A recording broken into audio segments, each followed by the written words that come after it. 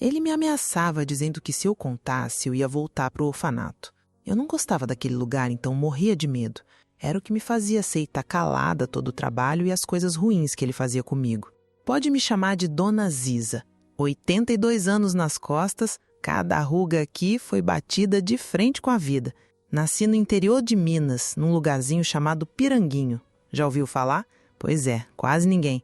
Se você espirrar no ônibus, passa pela cidade sem perceber. Eu cresci ali, comendo mais poeira que pão. E sonhando alto, como toda menina que não sabia medir desgraça ainda. Minha mãe, coitada, era daquelas mulheres que o mundo mastiga e cospe, mas ela ainda levantava no outro dia. Trabalhava como lavadeira, as mãos dela eram puro mapa de calo. Meu pai? Bom, pai era título de papel. O homem sumia 3 dias, voltava bêbado, arrumava briga com todo mundo e achava que gritar era ofício. A gente se virava com o que sobrava, e olhe lá. Eu, pequena, inventava de querer ser atriz. Olha que audácia. Montava teatrinho no quintal com galinha de plateia e sabugo de milho fazendo de príncipe. Minha mãe ria, dizia, menina, vai lavar esse pé sujo e larga de sonhar bobeira. Eu fingia que não ouvia. Criança tem esse dom de acreditar que o mundo vai abrir espaço. Spoiler, não abre. Na escola eu era aquela aluna que a professora gostava porque não dava trabalho. Não é que eu fosse estudiosa demais, era só sobrevivência. Você aprende rápido que se fizer gracinha, apanha em casa e apanha na escola. Então, eu escrevia bonito, lia em voz alta sem engasgar, decorava hino nacional feito papagaio. Tinha colega que ria da minha roupa remendada, mas eu devolvia com uma piadinha seca. Melhor roupa costurada do que cueca furada igual a sua. Sarcasmo eu já carregava no bolso desde cedo, porque é o escudo mais barato que existe. O povo da rua me chamava de a filha da lavadeira, nunca pelo nome. Nome de pobre é sempre detalhe, né? Você só ganha nome quando faz falta. Eu respondia com um sorriso torto, fingindo que não doía. Doía sim, mas aprendi que se você mostra a ferida, tem sempre um engraçadinho pronto para enfiar mais dedo. E olha, vou te dizer, infância de pobre não tem essa graça de comercial de margarina, não. Não tinha domingo em família. Tinha arroz com água quente, cada um pega o seu. Não tinha brincadeira no quintal. Tinha lavar prato, catar lenha, carregar água na lata. Brincadeira era luxo, e luxo não morava lá em casa.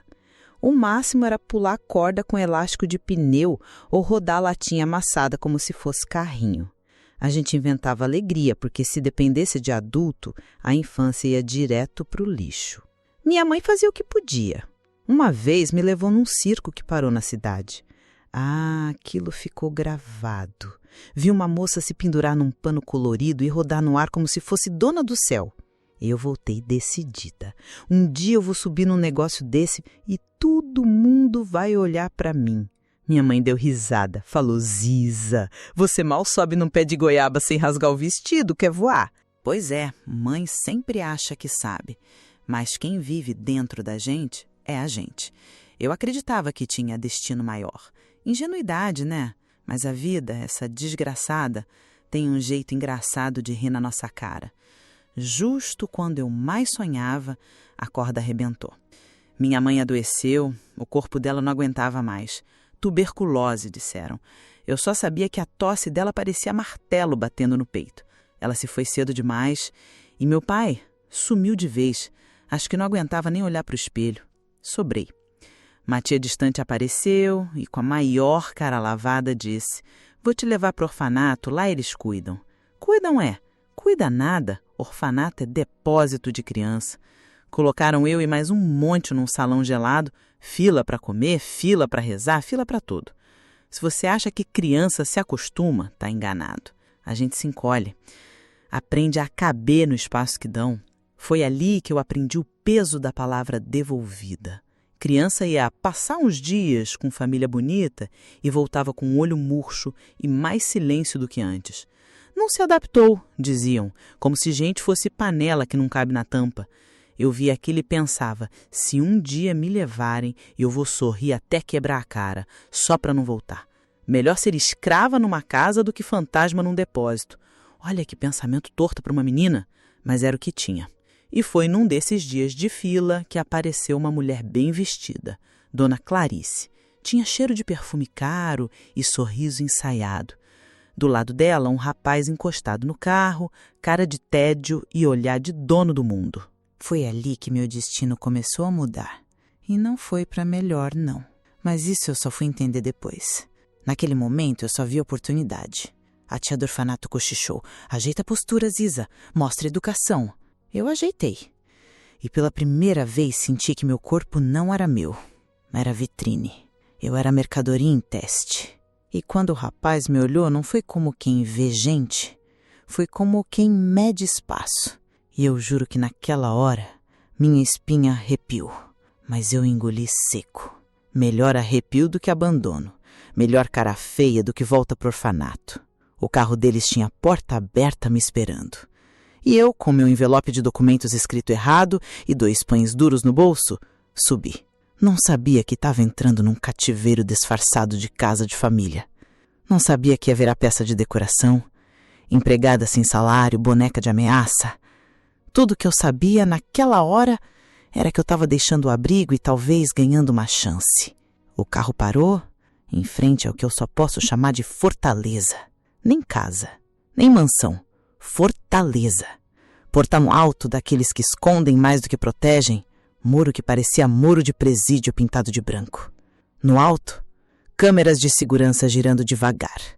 Eu fiquei parada na calçada, abraçando meu envelope de documentos contra o peito e pensando: tá aí, Ziza, trocaram tua jaula por uma maior.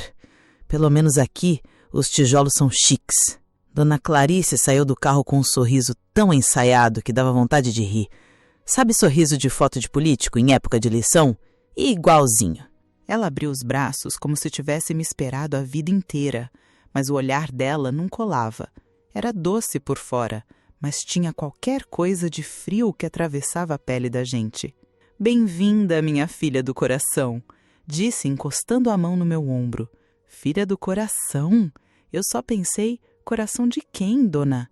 Mas calei. Engoli a resposta e botei um meio sorriso no rosto, porque já sabia a regra. Criança que responde atravessado perde lugar rápido. Entramos pela porta principal. A sala parecia saída de revista. Tapetes grossos que engoliam o pé, cortinas pesadas até o teto, lustre de cristal que brilhava feito estrela. Tudo cheirava a perfume caro misturado com cera de chão. E eu ali, com meu sapato gasto, com medo de deixar marca no mármore. Pensei, se eu escorregar e derrubar esse lustre, vão me vender em pedaço para pagar o prejuízo. Clarice ia me puxando pela casa como guia de museu. Aqui é a sala de jantar, só usamos em ocasiões especiais. Aqui é a sala de música, meu filho estuda piano. E o tal filho, Marcelo, era bem mais velho do que eu. Já me olhava de canto, encostado no batente da porta, como quem avalia cachorro de feira. Nem fingia simpatia. Enquanto ela falava, eu percebia, cada sala tinha mais objeto do que gente. Era luxo que não aquecia, só enchia espaço. O silêncio ecoava, casa grande demais para pouco afeto, e eu ali dentro parecia ainda menor. No fim do corredor, ela abriu uma porta, perto da lavanderia. O cheiro mudou, de perfume caro para mofo guardado. Este é o seu cantinho, ela disse com a mesma voz doce. Olhei em volta, cama de ferro, colchão tão fino que parecia papelão, cômoda velha com gaveta emperrada, uma janela minúscula que mal deixava entrar ar. Era quarto de empregada, não de filha. Eu pensei na cama alinharda do orfanato e quase tive saudade. Aconchegante, não? Perguntou Clarice. Eu quis rir na cara dela. Aconchegante só se fosse para barata, mas sorri do mesmo jeito. Aquele sorriso de boneca, porque eu sabia de qualquer expressão errada podia ser usada contra mim. Foi quando ele entrou, Marcelo, passo lento, ombros jogados para trás como quem não precisava provar nada para ninguém. Encostou na porta, cruzou os braços e me mediu de cima a baixo. Não era olhar de menino, era olhar de dono. Olhar de quem já tinha entendido que meu lugar estava abaixo dele. E sem ninguém por perto, falou baixo. Se não obedecer, eu mando te devolver. Simples, direto, sem levantar a voz. Cada palavra caiu pesada no meu estômago. Eu já tinha ouvido muito adulto ameaçar a criança, mas aquela frase tinha veneno diferente. porque ele não precisava bater, não precisava gritar, só lembrava que tinha a chave da minha coleira. E eu entendi que, dali para frente, minha vida ia depender da vontade dele. Clarice fingiu não ouvir e saiu, falando qualquer coisa sobre arrumar o uniforme escolar. Eu fiquei sozinha no quarto, com o Marcelo ainda parado na porta, me encarando como quem diz, aqui mando eu. E depois saiu, sem pressa, deixando a ameaça pendurada no ar. Naquela noite, deitei num colchão duro. O quarto tinha cheiro de mofo e silêncio de cemitério. Ouvia estalos da madeira, o rangido da casa se mexendo, e cada barulho me fazia encolher mais. Abracei o corpo, virei para o canto da parede e pensei: parabéns, Isa, você saiu do orfanato para cair num castelo assombrado. E o fantasma tem nome, Marcelo. A diferença do orfanato para ali era simples. No abrigo, pelo menos a desgraça era dividida entre todos. Ali, eu ia carregar sozinha. E pior, agora eu tinha dono. Adormeci com o coração disparado, o corpo tremendo e a certeza de que aquele era só o primeiro arrepio de muitos. Se você chegou até aqui, não se esqueça de se inscrever no canal, deixar o seu like e de me dizer de onde é que está me ouvindo. Quando Clarice entrou no meu quartinho naquela manhã, parecia até que estava participando de comercial de margarina.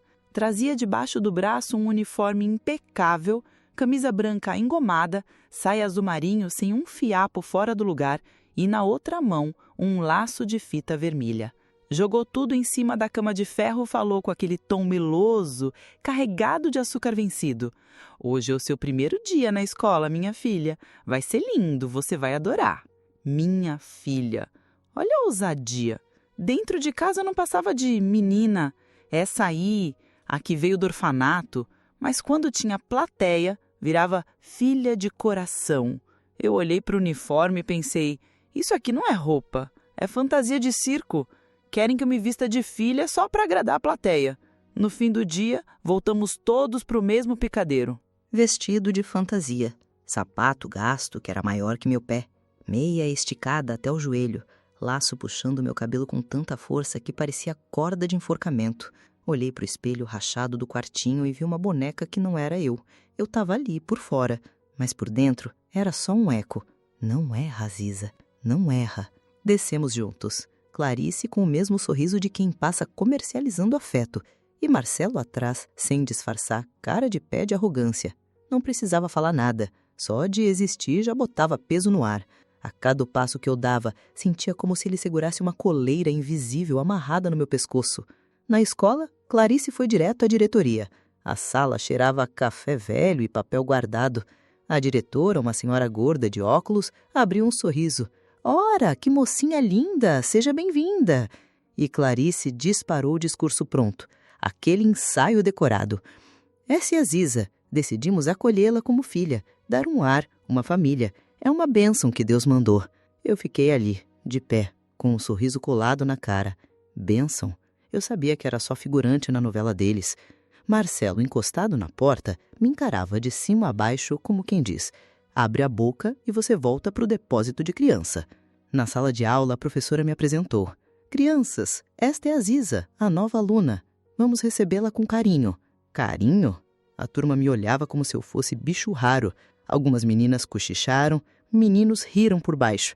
Eu sentei no fundo, de cabeça baixa, fingindo que a mochila era muralha. No recreio, uma menina loira, com um laço maior que a cabeça, puxou o assunto. Você gosta de brincar de quê?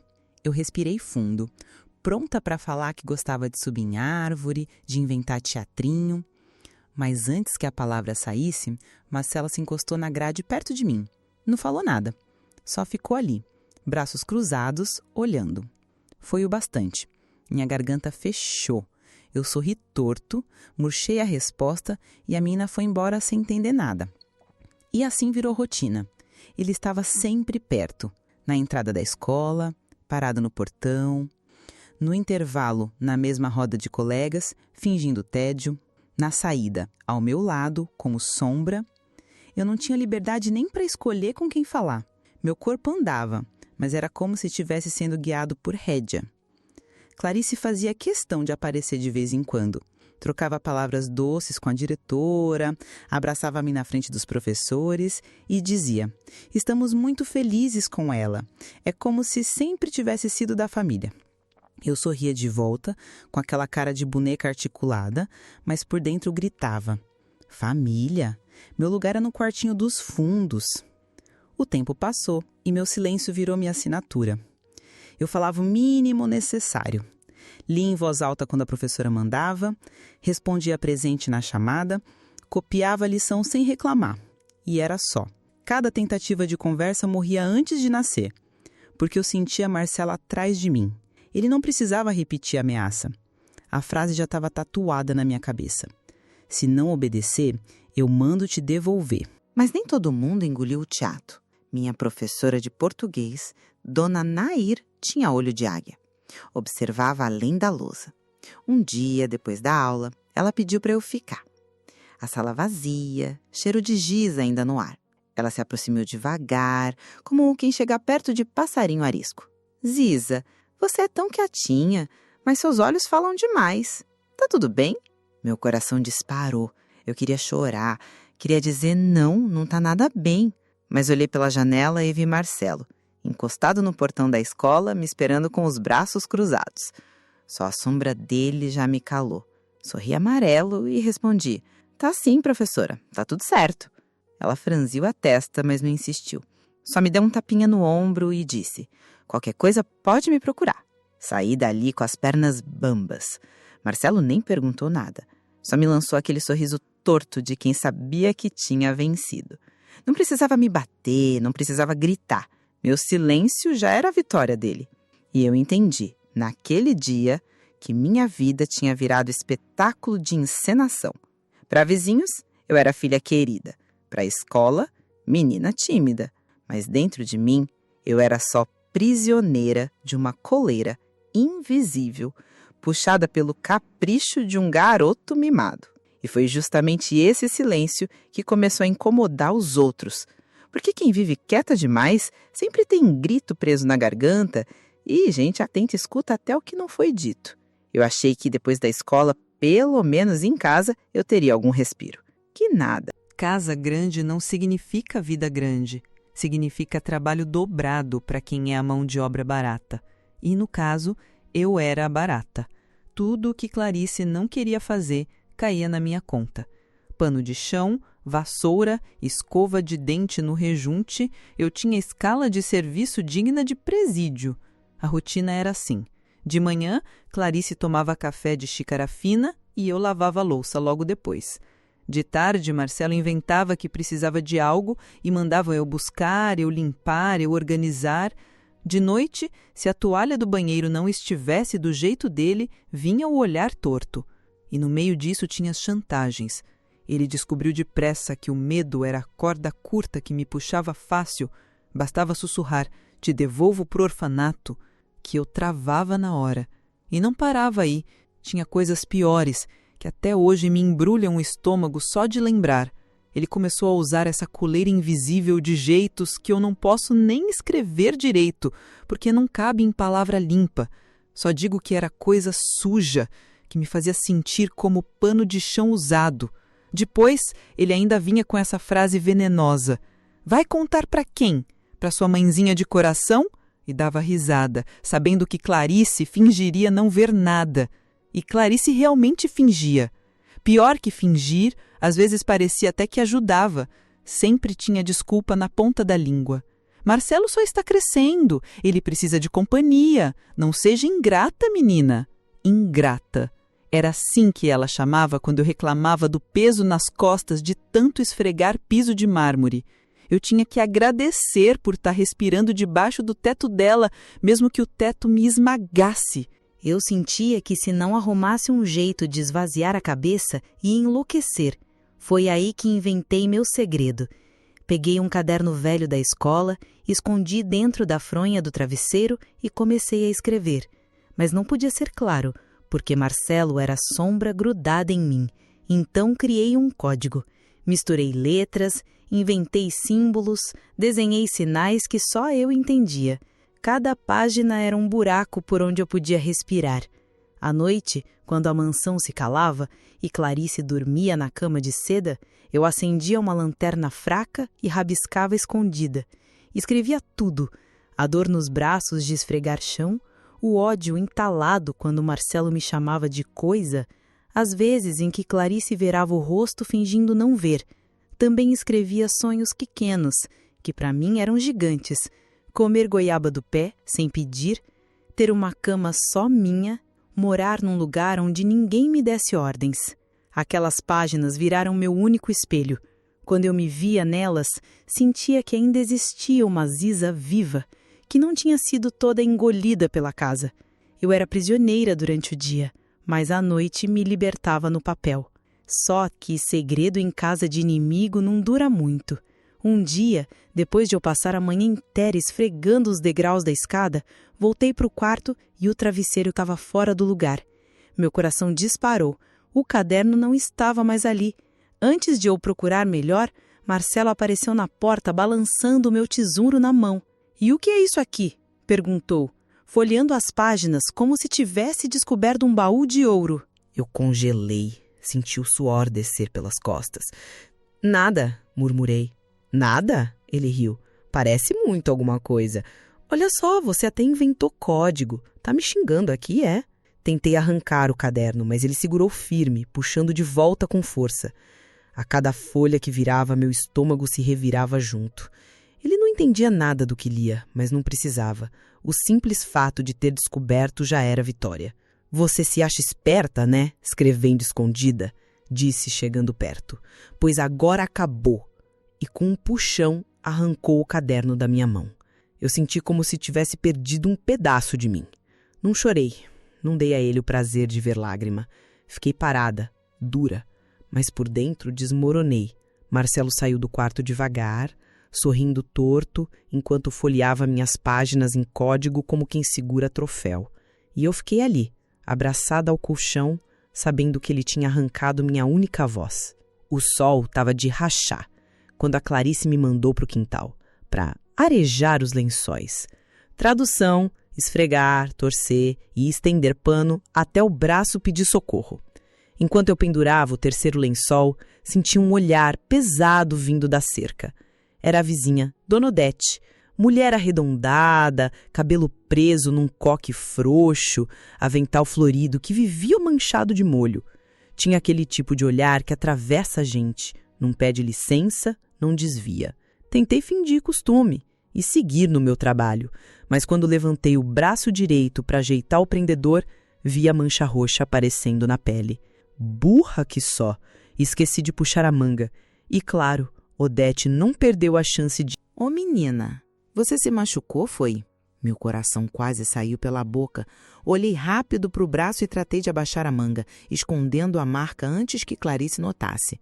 Murmurei apressada, sem nem olhar na cara dela. Escorreguei na escada. Mentira mal costurada. Soou falsa até para mim.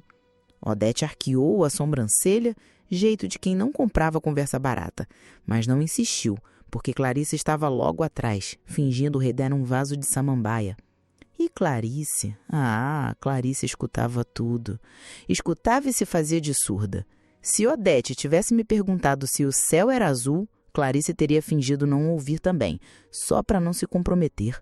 Depois do almoço, quando Clarice se trancou no quarto para a sesta da tarde, hábito de madame que acha que o mundo para quando ela fecha os olhos, eu voltei para o tanque. Foi aí que Dona Odete se aproximou mais da cerca. Ela baixou a voz, quase um sussurro, mas bem firme. "Escuta aqui, menina. Você não precisa ter medo de mim, não. Se tiver acontecendo alguma coisa, pode falar. Eu tô vendo." Meu corpo todo travou. A língua grudou no céu da boca. A única coisa que saiu foi silêncio. Não que eu não quisesse. Eu queria gritar, abrir tudo, despejar a verdade nos pés dela. Mas a ameaça de Marcelo recuava dentro da minha cabeça. Se não obedecer, eu te devolvo. Se falar, eu acabo contigo. Só em imaginar a porta do orfanato se abrindo de novo, me jogando de volta para o mesmo inferno, eu me calava. Então, balancei a cabeça, fitei o chão e continuei esfregando a bacia como se fosse a coisa mais importante do mundo. Odete suspirou fundo. O olhar dela dizia mais do que qualquer palavra. Essa menina tá amarrada de um jeito que não é com corda, é com medo. Eu pensei que tinha conseguido escapar. Mas Marcelo tinha visto tudo da janela do quarto dele, aquele olhar de rato que fareja até o que não devia. Quando o fim da tarde chegou, ele me chamou no corredor, perto do quartinho da lavanderia. Não levantou a voz, não precisava. Chegou perto demais e sussurrou, com um hálito quente e um sorriso que parecia corte de faca.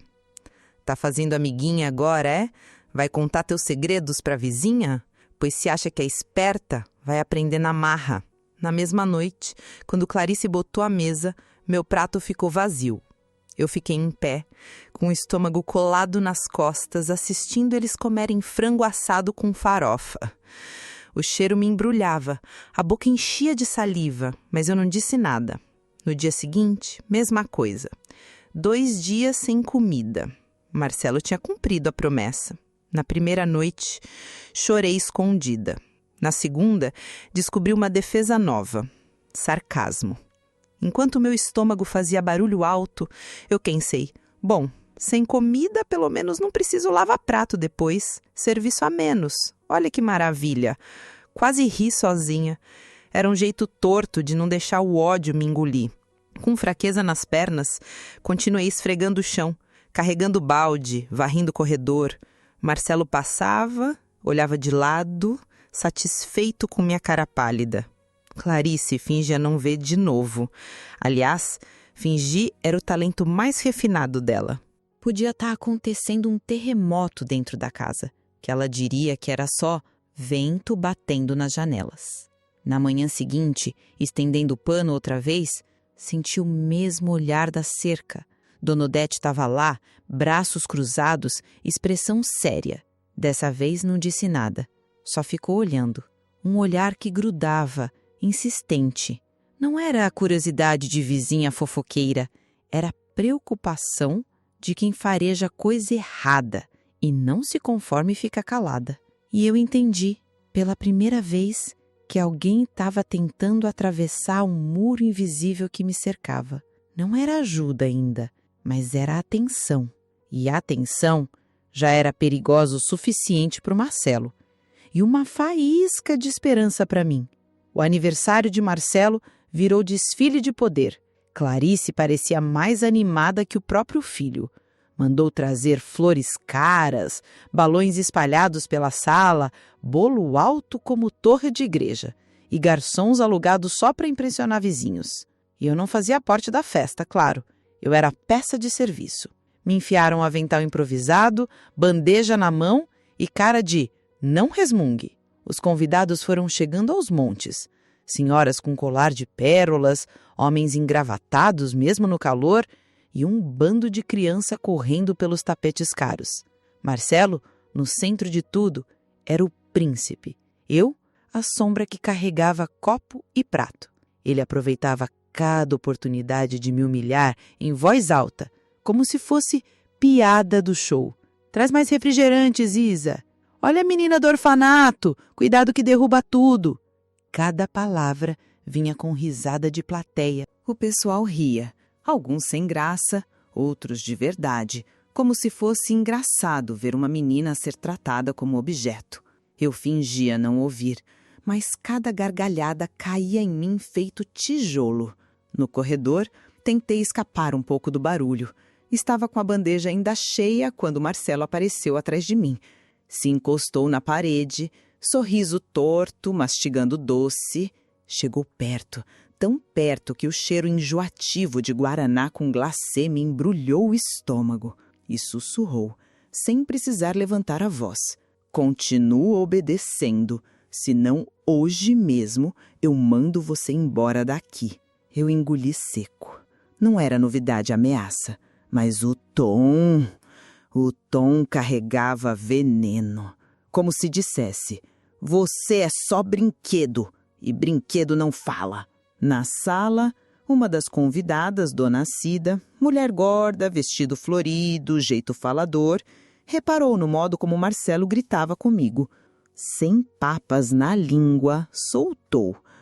Nossa, Clarice, mas que grosseria! O menino não precisa tratar a pobrezinha assim. Clarice, elegante como sempre, nem corou. Soltou um riso gelado, desses que cortam. Ora, dona Cida, é coisa de irmão. Eles vivem se provocando. Criança é assim mesmo. E pronto, o assunto morreu. Eu segui rodando bandeja, a piada ambulante da festa. Quando os convidados foram embora e a casa silenciou, pensei que o castigo já estava pago. Engano meu. Na madrugada, a porta do quartinho rangeu devagar. Era ele. Marcelo entrou como quem sabe que pode tudo. Não pediu licença, não fez barulho, encostou a porta e me encurralou. Ali, naquela escuridão de mofo e colchão fino, ele fez comigo o que nenhuma menina deveria passar. Eu não gritei, não tinha força. Só chorei baixinho, tentando encolher meu corpo para desaparecer. No fim, encostou o rosto no meu ouvido e sussurrou a sentença mais cruel. Se contar para minha mãe, boto você na rua. Quero ver você dormir no chão com os homens ruins lá de fora. Não respondi. Balancei a cabeça, engoli o choro. Aceitei não por escolha, mas porque não havia saída. Eu já não era dona do meu corpo, muito menos da minha palavra. O dia amanheceu pesado, abafado, como se até o ar tivesse ficado encardido com o resto da festa. O cheiro de bolo velho, refrigerante azedo no tapete e fumaça de vela queimada estava espalhado pelos corredores. Eu acordei com o corpo moído, os olhos queimando de tanto chorar em silêncio e a sensação de que não tinha sobrado nada dentro de mim. Mas Clarice não era mulher de perder tempo com sentimentalismo. Já apareceu na porta do quartinho batendo palma, como se eu fosse mula de carga. Vamos, Isa, a festa deixou a casa de pernas pro ar. Quero tudo brilhando. E assim começou mais um dia. Não teve pausa, não teve café, não teve dó. Eu me arrastei com um balde e pano na mão, catando o resto de salgadinho pisoteado, recolhendo o copinho de plástico, esfregando o mármore manchado de gordura que não era meu. Clarice andava atrás como se fosse fiscal de obra, apontando poeira onde não havia, corrigindo até a forma como eu dobrava os sacos de lixo. Ali no canto tá mal passado, menina. Você não aprende nunca? Dizia sem nem levantar a voz. O veneno vinha na naturalidade como quem comenta o tempo. Enquanto eu limpava, houve buzina forte no portão. Clarice ajeitou o cabelo, conferiu o batom no reflexo do vidro e foi atender. Voltou acompanhada de 2 mulheres bem arrumadas, de salto, com pastas na mão. Na hora, senti o coração disparar. Descobri que eram da tal inspeção de rotina. Aquelas visitas que viam ver como estavam os filhos adotivos. Marcelo, que até então andava largado pelo quintal, surgiu do nada com cabelo penteado e camisa passada. De repente, era o filho exemplar. Se sentou no sofá, postura de mocinho bem educado, e começou a sorrir como se nunca tivesse levantado a voz na vida.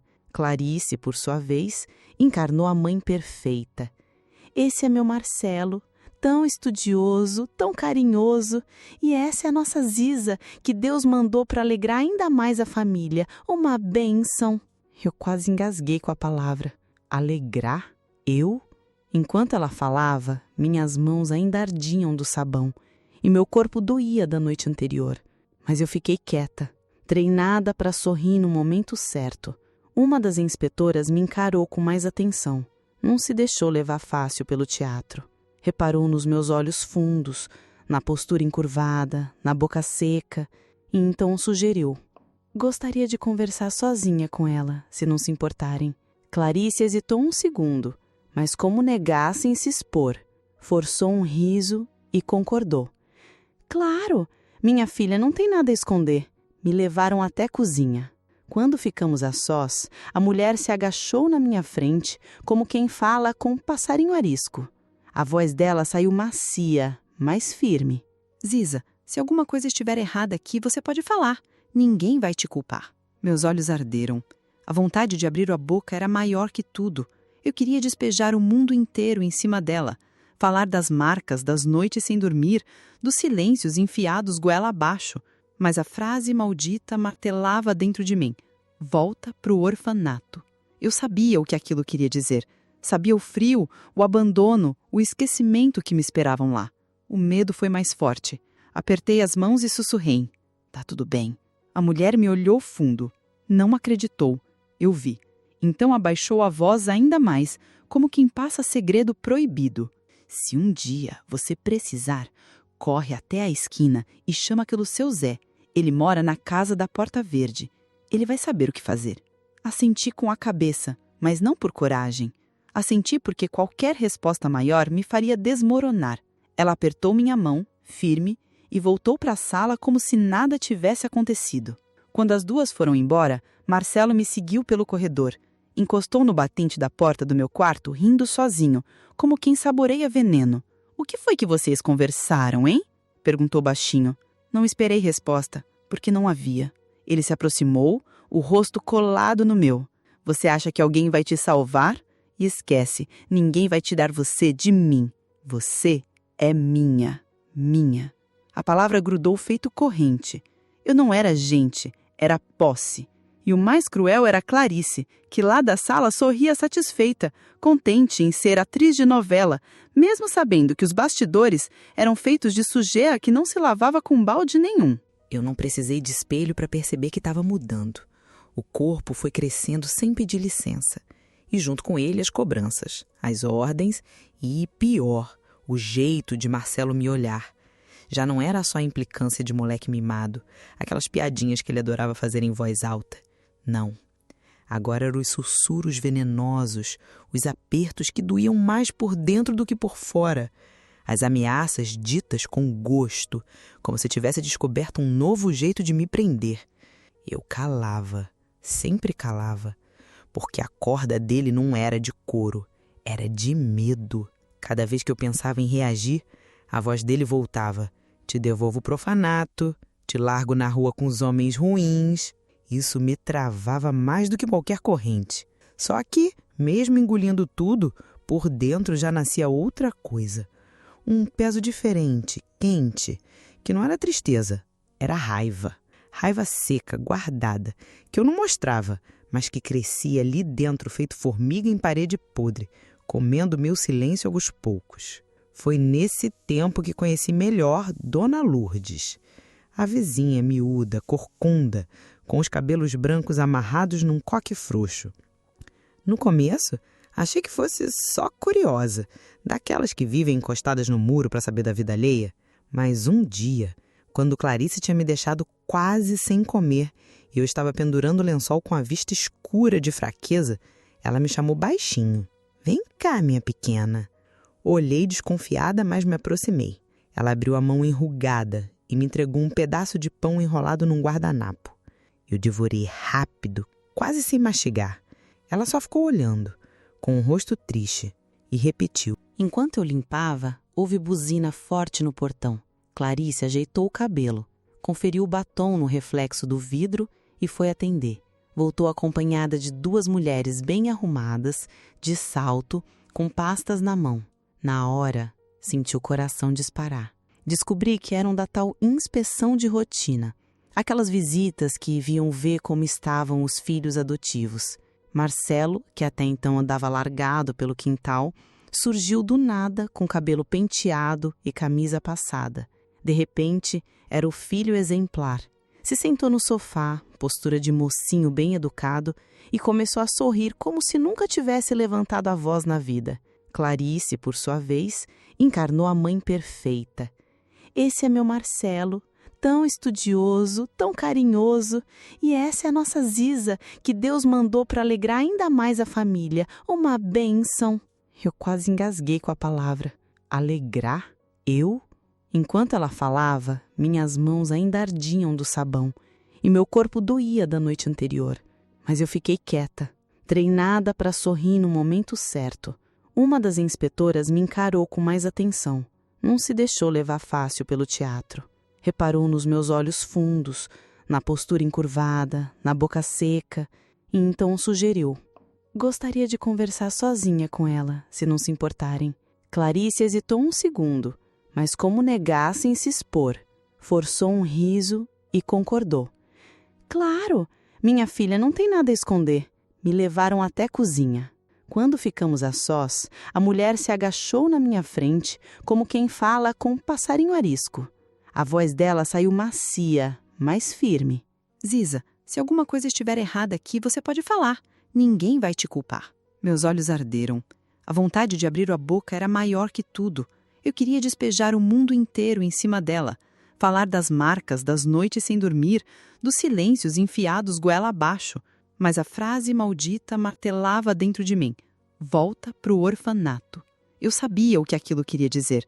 Sabia o frio, o abandono, o esquecimento que me esperavam lá. O medo foi mais forte. Apertei as mãos e sussurrei. Tá tudo bem. A mulher me olhou fundo. Não acreditou. Eu vi. Então abaixou a voz ainda mais, como quem passa segredo proibido. Se um dia você precisar, corre até a esquina e chama pelo seu Zé. Ele mora na casa da Porta Verde. Ele vai saber o que fazer. Assenti com a cabeça, mas não por coragem.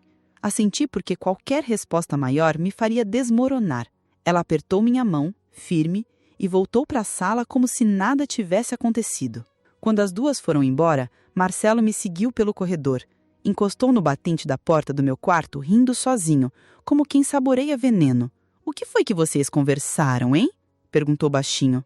Não esperei resposta, porque não havia. Ele se aproximou, o rosto colado no meu. Você acha que alguém vai te salvar? E esquece, ninguém vai tirar você de mim. Você é minha, minha.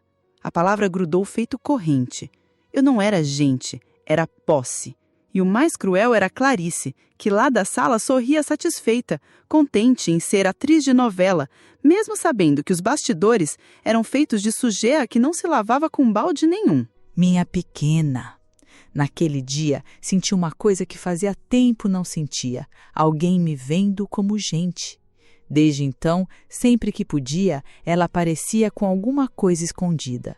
Uma fruta, um pedaço de bolo, até café preto em copo de vidro. Me dava junto com uma palavra boa, um carinho disfarçado, como quem sabia que eu precisava mais daquilo do que de qualquer prato cheio. E foi dela que eu vi pela primeira vez a palavra que parecia proibida. Um fim de tarde, eu varrendo o quintal, ela encostada na cerca, olhou para os lados e falou quase sem abrir a boca. Você não precisa viver presa, minha pequena. Sempre tem saída. Você pode fugir. Aquilo me atravessou. Fugir? Eu nunca tinha deixado essa ideia entrar na cabeça, porque só de imaginar o medo já me cortava. Mas naquela noite, deitada no colchão duro, a frase dela não saía do meu ouvido. E junto dela veio outro nome, o que a inspetora tinha sussurrado meses antes. Seu Zé da Porta Verde. Esse nome começou a bater dentro de mim como tambor. Porta Verde, Porta Verde, Porta Verde. Eu não sabia nem direito quem era esse homem, mas a imagem de uma casa diferente começou a se enfiar nos meus pensamentos. Só que a corda do medo continuava puxando. Cada vez que eu pensava em correr, lembrava das ameaças de Marcelo. Lembrava do jeito que ele dizia, você é minha. E a rua virava bicho assustador, cheia de vultos que só esperavam eu dar um passo para me devorar. Clarice, por sua vez, aproveitava. Quanto mais eu crescia, mais serviço caía no meu colo. Eu não era filha, era mão de obra. Passava cortina, polia prataria, carregava baldes pesados, lavava tapete enorme até os dedos ficarem em carne viva. E ela ainda tinha a cara de pau de dizer, é para você aprender o valor das coisas. Valor. E eu valia o quê? Nada além do suor que pingava no chão. Só que a raiva crescia junto. Raiva de Marcelo, raiva de Clarice, raiva do medo que me segurava. E no meio desse veneno todo, a semente que Dona Lourdes plantou começou a rachar meu silêncio. Você pode fugir. Eu ainda não tinha coragem, mas agora, ao menos, eu tinha uma ideia na cabeça. Uma porta verde, um nome, um destino possível.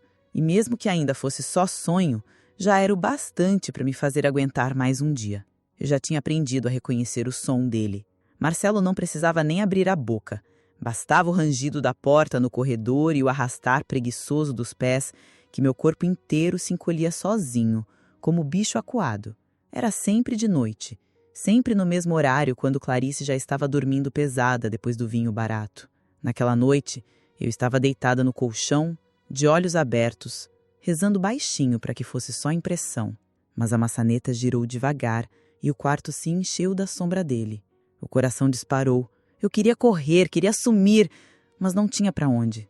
Ele entrou como quem já sabia que podia, sem medo de nada. Você é minha, Aziza. Não adianta fingir que não é. A frase veio carregada daquele tom que me gelava a espinha. Só que dessa vez, alguma coisa mudou dentro de mim. Talvez fosse o acúmulo de raiva guardada. Talvez fosse o desespero de tantos anos engolindo o silêncio. Eu não sei explicar.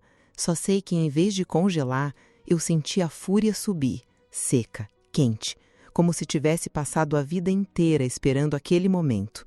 Ele tentou me segurar, rindo baixinho. Me empurrou contra a parede, achando que eu ia ceder, como sempre. Mas meus olhos já não eram os mesmos.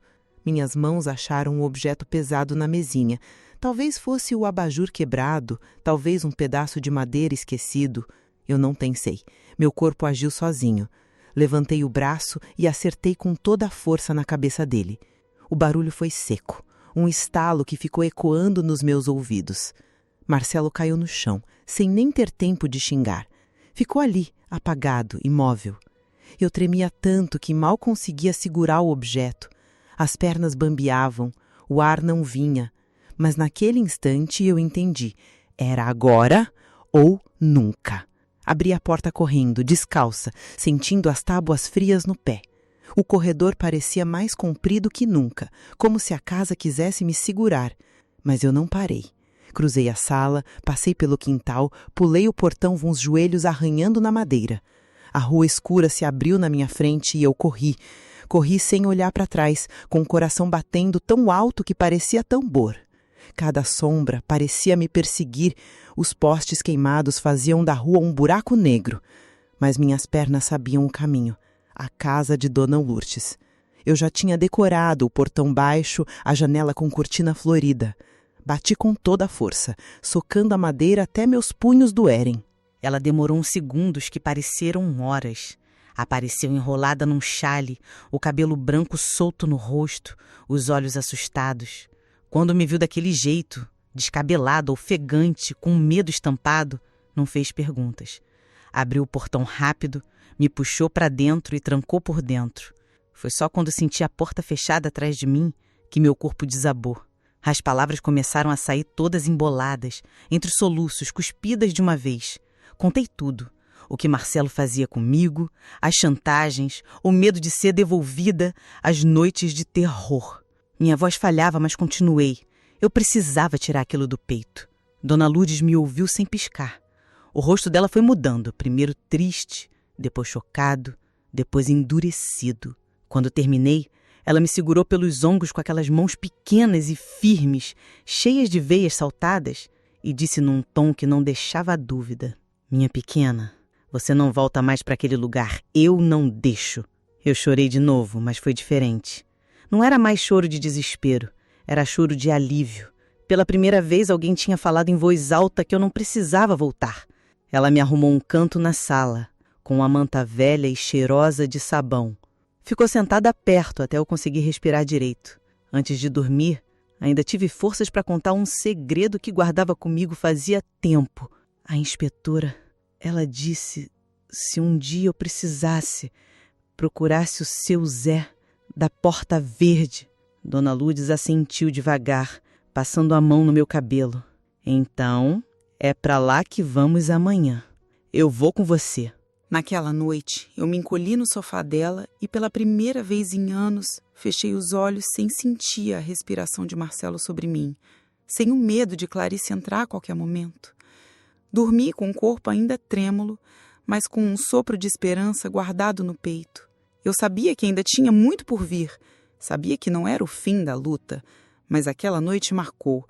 A corrente que me prendia tinha se quebrado. E por mais que o medo ainda estivesse ali, havia também algo novo, um caminho, uma porta verde me esperando. Amanheceu antes que meu corpo descansasse de verdade. O sol entrou tímido pela fresta da cortina da Dona Lourdes, mas eu já estava de olhos abertos, com o coração batendo descompassado. A noite anterior ainda queimava em mim, Marcelo caído no chão, o barulho seco, minha corrida desesperada. Era como se tudo fosse sonho, só que cada arranhão nos meus pés descalços me lembrava que era real. Dona Lourdes levantou cedo também. Não precisou falar muito, só olhou para mim e eu já entendi. Era hora de ir. Ela me emprestou um lenço grande, daqueles estampados de flor, e amarrou em volta da minha cabeça e parte do rosto. Para não te reconhecerem, explicou, com aquele olhar que misturava ternura e dureza. Eu fiquei menor ainda dentro daquele pano, mas também um pouco mais segura. Saímos juntas, devagar. O coração parecia querer furar meu peito a cada passo. Olhava para os lados como quem espera Marcelo saltar de algum canto, mas a rua estava silenciosa. Só o barulho dos galos da vizinhança. Caminhamos até a esquina e lá estava ela, a famosa Porta Verde. Uma casa simples, caiada, mas com uma porta pintada de verde forte, quase brilhando no meio daquelas paredes gastas. Dona Lourdes bateu, firme. Depois de alguns segundos, a porta se abriu. Apareceu um homem de uns 50 e tantos anos, pele morena, cabelo grisalho, cortado rente, olhos fundos de quem já tinha visto muito. Usava camisa surrada e tinha mãos calejadas. Não parecia surpreso ao nos ver. Só abriu espaço e disse: "Entrem." A sala cheirava a café fresco. Ele nos guiou até a mesa, mandou a gente sentar, serviu café sem perguntar se queríamos. Ficou em pé, olhando direto para mim. "É você, a menina." Não precisei confirmar. Só baixei a cabeça e as lágrimas vieram sozinhas. Foi então que falei. Contei tudo, ou quase tudo, do jeito que consegui. Marcelo, Clarice, as ameaças, as chantagens, o medo de anos. Contei da noite anterior, da fuga. Ele me ouviu em silêncio, sem interromper, só passando a mão no queixo e soltando uns suspiros pesados. Quando terminei, ele falou baixo, mas firme: "Você não volta mais para lá. Isso eu te garanto." Aquelas palavras me atravessaram como faca, mas dessa vez foi de alívio. Eu não era mais só a minha pequena da Dona Lourdes. Eu agora tinha um protetor. Nos dias seguintes, fiquei escondida na casa dele. O medo de Clarice ou Marcelo aparecerem ainda me roía, mas seu Zé garantia que ninguém teria coragem de procurar ali. "Eles não se metem comigo", dizia, e tinha uma segurança na voz que me fazia acreditar. Eu dormia num colchão simples no quarto dos fundos, e mesmo com o coração ainda apertado, era a primeira vez que sentia paz de verdade.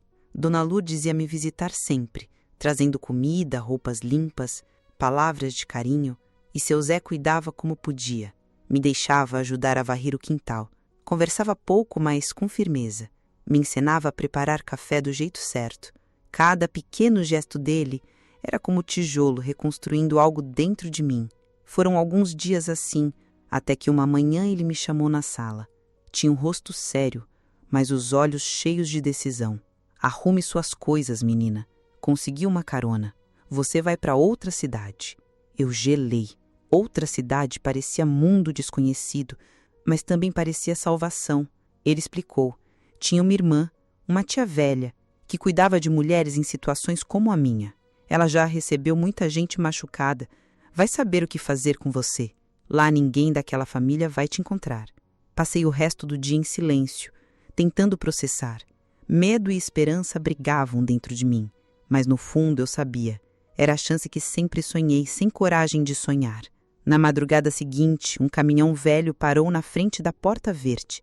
O motorista era amigo de seu Zé e me deixou subir na carroceria, escondida entre sacos de milho. Dona Lourdes me abraçou forte antes de eu partir. "Vai, minha pequena. Vá viver longe desse inferno." Seu Zé colocou a mão no meu ombro. "Não olhe para trás. A vida começa de novo a partir daqui." E assim eu fui. A cada solavanco do caminhão, a cada quilômetro que me afastava daquela rua, o peso da corrente parecia diminuir. O medo ainda estava colado na pele, mas pela primeira vez O horizonte não era ameaça, era promessa. Eu não sabia o que me esperava na casa da tia dele, mas sabia que estava longe daquelas paredes que me prenderam por anos. E isso já era vitória. A viagem foi longa, mas cada sacolejo do caminhão me parecia empurrar para mais longe daquele pesadelo. Eu estava encolhida entre sacos de milho, tentando não pensar no que tinha deixado para trás. O medo ainda latejava, claro. Medo de Marcelo acordar e vir atrás de mim, medo de Clarice inventar histórias e me culpar de tudo. Mas havia também algo diferente, algo que nunca tinha sentido, a possibilidade de futuro. Não era certeza ainda, mas era uma faísca acesa. Quando o caminhão finalmente parou, já era de manhã. O motorista me ajudou a descer. A poeira da estrada subiu e engoliu meus pés descalços e eu fiquei olhando ao redor. Um vilarejo pequeno, ruas de terra batida, casa simples de tijolo aparente, nada de muros altos, nada de portões de ferro como na mansão de Clarice. Ali parecia outro mundo, mais cru, mas também mais respirável. O motorista apontou para uma casa no fim da rua. Tinha paredes caiadas, janelas grandes de madeira e um quintal cheio de árvores de manga e goiaba. E lá estava ela, a tia de seu Zé, uma mulher de corpo largo, vestido florido, cabelos grisalhos presos num coque mal feito. Os olhos eram o que mais chamavam a atenção, vivos, duros e ternos ao mesmo tempo. Então é você, disse, abrindo os braços sem cerimônia. Seja bem-vinda, filha. Não soube como reagir. Abraço era coisa rara na minha vida, mas ela me puxou para perto e apertou como quem diz, aqui você está segura. Eu chorei sem querer e ela não me soltou até eu acalmar. Depois me levou para dentro.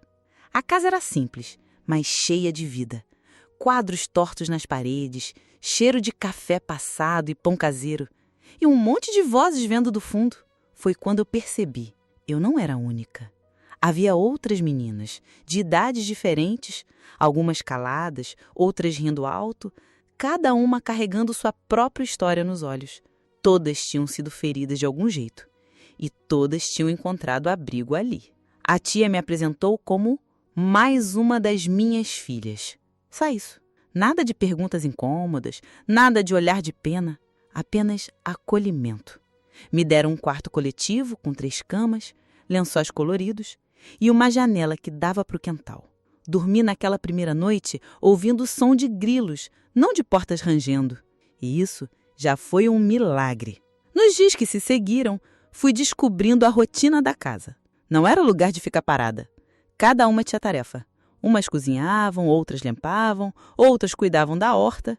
E eu, acostumada com trabalho forçado, até estranhei quando percebi que ali não era castigo. Ninguém gritava, ninguém ameaçava. Era colaboração. Trabalho feito de mãos dadas, não de correntes. A tia tinha um jeito firme. Se precisava chamar atenção, chamava. Mas vinha sempre acompanhado de cuidado. Você não é escrava aqui, ela dizia. Você é gente, e gente aprende a cuidar e ser cuidada. Essas palavras grudaram em mim, porque até então eu nunca tinha ouvido algo parecido. Eu também comecei a me aproximar das outras meninas. Cada uma tinha cicatriz diferente. Uma tinha fugido de padrasto violento, outra de marido abusivo, outra de rua e fome. No começo, eu quase não falava nada. O silêncio era meu escudo. Mas ouvir as histórias delas me fez perceber que eu não estava sozinha no sofrimento. Tinha mais gente que entendia, mais gente que carregava o mesmo peso. E isso me deu coragem de, aos poucos, dividir também os meus pedaços. À noite, quando sentávamos no quintal, a tia contava histórias da vida dela, como tinha perdido o marido cedo, como tinha decidido abrir a casa para as mulheres que não tinham de cair. Ela falava com humor ácido, zombava das próprias dores e sempre terminava dizendo: aqui ninguém é resto, aqui todo mundo é raiz. Aquela frase foi entrando em mim devagar, como remédio. Eu, que sempre tinha sido tratada como sobra, como objeto descartável, pela primeira vez era chamada de raiz, algo que prende, que sustenta, que tem valor. Passei semanas ali e cada dia era uma pequena vitória. Aprendi a fazer pão, a cuidar da horta, a cozinhar para muita gente. Aprendi a rir sem medo de represália. Aprendi até a dormir de porta aberta, coisa que parecia impossível. Mas o mais importante, comecei a acreditar que meu destino não estava mais amarrado a Clarice nem a Marcelo. Eu já tinha um pedaço de futuro que eles não podiam arrancar. E foi nessa mistura de medo ainda vivo e esperança nascente que comecei a me reconstruir. Ainda não sabia quem eu era de verdade, mas já tinha certeza de quem eu não queria mais ser. A menina amordaçada pelo silêncio e pelas ameaças. No começo, eu ainda andava pela casa como quem pisava em cacos de vidro, um passo de cada vez, sempre achando que alguém ia gritar comigo, mandar eu calar a boca ou me devolver para algum buraco escuro. Só que ali era diferente. Cada manhã, a tia lembrava em voz alta: aqui ninguém é resto, aqui todo mundo é raiz. Eu sorria sem jeito, mas lá no fundo começava a acreditar. Aos poucos, fui descobrindo coisas que até então me eram proibidas. A tia tinha uma mesa grande na sala, com cadernos, livros velhos e lápis de todo tipo. Um dia ela me chamou e disse: Ziza, você gosta de escrever, não gosta? Meus olhos arregalaram. Como ela sabia? Eu que tinha escondido um diário em código, com medo de Marcelo descobrir? De repente tinha alguém me oferecendo papel e lápis, sem me ameaçar. Peguei o caderno com mãos trêmulas e escrevi devagar. Não precisava esconder, não precisava disfarçar. Escrevi o que vinha, como se tirasse nó da garganta. Palavras tortas, frases quebradas, mas eram minhas, e cada linha era um pedaço da corrente que eu largava. Outra descoberta foi a cozinha. A tia reunia todas nós em volta do fogão. Comida é cura, ela dizia, mexendo panelas. Eu aprendi a bater bolo, enrolar brigadeiro, fritar pastel. No começo parecia brincadeira, depois virou coisa séria. Saíamos em grupo para vender nas ruas, cada uma com uma bandeja, e voltávamos rindo, contando histórias de gente que elogiava nosso tempero. O dinheiro não era muito, mas vinha limpo, sem humilhação, sem medo, e isso valia mais do que qualquer luxo que Clarice ostentava. Com o tempo, a tia juntou nossas economias. Pegou um cantinho da própria casa, arrumou uma porta e colocou uma placa simples: Doces da Tia e Filhas. Viramos comerciantes. A vizinhança vinha, elogiava, comprava. E nós trabalhávamos de cabeça erguida, como donas da própria vida. Foi nesse meio que conheci Joana, uma das meninas da casa. Magra, cabelos cacheados, riso fácil. Não sei explicar como aconteceu, só sei que viramos inseparáveis. Ela entendia meu silêncio e eu entendia o dela. Ríamos das mesmas bobagens, chorávamos escondido uma no ombro da outra. Era como irmã que a vida me devia e finalmente me deu. Os anos foram passando e algumas meninas que moravam ali foram embora. Umas conseguiram emprego, outras casaram, outras seguiram seus caminhos. Eu e Joana ficamos. Não por falta de opção, mas porque sabíamos que aquele lugar era parte de nós. Ajudávamos a tia a receber novas meninas, a explicar a elas que ali ninguém era objeto, que ali elas podiam descansar. E cada vez que eu dizia isso para alguma delas, parecia que eu repetia também para mim. Foi também nessa fase que comecei a encarar o passado de frente. Não como ferida aberta que me paralisava, mas como cicatriz que eu mostrava sem vergonha. Não era fácil. Às vezes, à noite, eu ainda acordava assustada, ouvindo na memória o som da porta da mansão abrindo. Mas quando isso acontecia, Joana acendia a luz, sentava ao meu lado e dizia: Ei, você não tá mais lá. Você tá aqui comigo. Essas palavras eram remédio. A tia, firme como sempre, nos ensinava que sonhar não era pecado. Incentivava estudo, fazia a gente escrever listas do que queria da vida. Eu, que antes só pensava em sobreviver, comecei a sonhar. Queria aprender mais, queria um dia abrir um negócio só meu, queria ser independente. Sonhos que antes eram um luxo inalcançável, agora viravam metas. Não era só reconstrução, era renascimento. Eu já não era mais a menina que chorava escondido, com medo de ser devolvida. Eu era uma mulher que olhava para frente, que tinha irmãs de coração, que tinha aprendido que minha voz valia. E foi nesse processo, de mãos dadas com Joana e sob o olhar atento da tia, que eu percebi. Meu passado podia até ter me marcado, mas não ia mais me definir. Eu não era prisioneira da mansão, nem do silêncio, nem das chantagens. Eu era raiz. Hoje eu já tô velha e não escondo, não. O corpo pesa, o joelho reclama cada vez que levanto da cadeira e a vista embaça quando tento bordar qualquer coisinha. Mas a cabeça, essa continua afiada. Carrego lembranças como quem carrega sacolas do mercado. Umas pesam, outras dão até orgulho de mostrar. Mas todas são minhas. Depois que consegui fugir daquela casa e me firmei na vida da tia, a tia que Deus me deu quando me arrancaram de todo o resto, nunca mais fui a mesma. E graças a Deus por isso. Passei de menina que só sabia baixar a cabeça para mulher que segurou o balcão de um comércio, que cuidou de gente, que fez sua própria família sem precisar de sobrenome enfeitado. A tia foi meu chão por muito tempo. Quando ela adoeceu, fui eu que virei enfermeira improvisada. Remédio nos horários, banho na cadeira, comida mais molinha porque ela não conseguia mastigar. Teve noite que virei de madrugada passando pano na testa dela. Depois, acordava cedo para abrir a doceria com os olhos ardendo, mas nunca reclamei. Porque reclamar de quê? Eu estava pagando, com amor, a dívida de gratidão que nunca acaba. Ela me deu colo quando ninguém deu. E quando a doença levou a tia embora, foi como arrancar um pedaço do meu corpo. Até hoje eu falo com a foto dela no balcão da loja, como se ela estivesse ali me vigiando para ver se o pudim não talhou. Eu e Joana seguimos. O comércio que começou pequeno foi crescendo devagar, no ritmo da nossa força. Nada de luxo, mas pão na mesa, luz paga, aluguel em dia. Vendíamos bolo, brigadeiro, pão de mel. Viramos referência no bairro. O povo dizia, vamos comprar na doceria das meninas. Eu já era mulher feita, mas era assim que chamavam, as meninas. Melhor ser menina de balcão que filha de gente que nunca quis. Joana casou, encontrou um homem decente, milagre, né? E teve filhos. Eu virei tia deles, dessas que estraga a criança com doce escondido. Mas casamento nunca foi pra mim. Não quis, não procurei. Depois de tanto tempo sendo objeto na mão dos outros, preferi ser dona só de mim. Não faltou quem me dissesse que eu ia morrer sozinha. Pois olhe pra mim, tô viva, tô rodeada de gente que me chama de família de coração. E se solidão é isso, então eu recomendo. A doceria também virou abrigo. Sempre que alguma menina chegava quebrada, fugida de casa ou largada na rua, a gente dava um jeito. Colchão no quarto dos fundos, prato de comida, avental emprestado.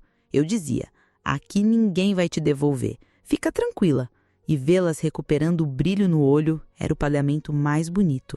Nunca mais ouvi falar de Clarice nem Marcelo, nem quero. Que sigam podres no mundo deles. Se a justiça dos homens não chegou, a de Deus chega. Eu me livrei, e isso já basta. Fechei essa porta e nunca mais voltei a abrir. Agora, no fim da linha, olho para trás e não me vejo só como a menina que sofreu. Me vejo como mulher que sobreviveu, que cuidou da tia até o último suspiro, que fez comércio com as próprias mãos, que criou família de coração. Não precisei ser mãe para ser chamada de vó pelos filhos de Joana e pelas meninas que passaram pela minha casa. Não precisei casar para ter amor. O amor veio de outras formas, mais firmes, mais verdadeiras. E sabe do que mais? Não tenho vergonha da minha história. Tenho raiva, tenho cicatriz, tenho lembrança que ainda dói. Mas vergonha? Não. Porque vergonha devia ter quem me fez sofrer, não eu que aguentei. Hoje, quando fecho a doceria no fim da tarde, acendo uma vela em frente à foto da tia e penso, tá vendo? Nós conseguimos. Não viramos ricas, não viramos famosas, mas viramos livres. E ser livre, depois de ter vivido como escrava dentro de uma casa de luxo, é vitória maior do que qualquer dinheiro no bolso. Se amanhã eu não acordar, vou em paz, porque sei que quebrei o ciclo. Sei que ajudei outras meninas a não passarem pelo que eu passei. E sei que nunca mais ninguém me chamou de minha como quem fala de coisa, só como quem fala de gente. E é assim que eu sigo. Velha, cansada, mas de cabeça erguida. Porque ninguém me devolveu, ninguém me quebrou de vez. Eu fiquei, eu vivi. Se você chegou até aqui, não se esqueça de se inscrever no canal, deixar o seu like e de me dizer de onde é que está me ouvindo.